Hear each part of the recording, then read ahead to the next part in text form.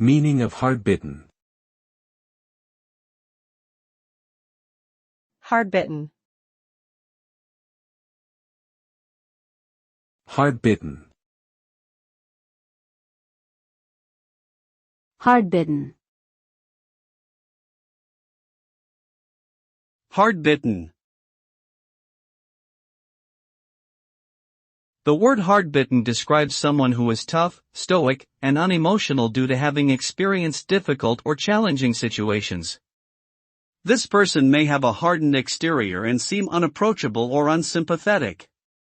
They may also have a no-nonsense attitude and be straightforward in their interactions with others.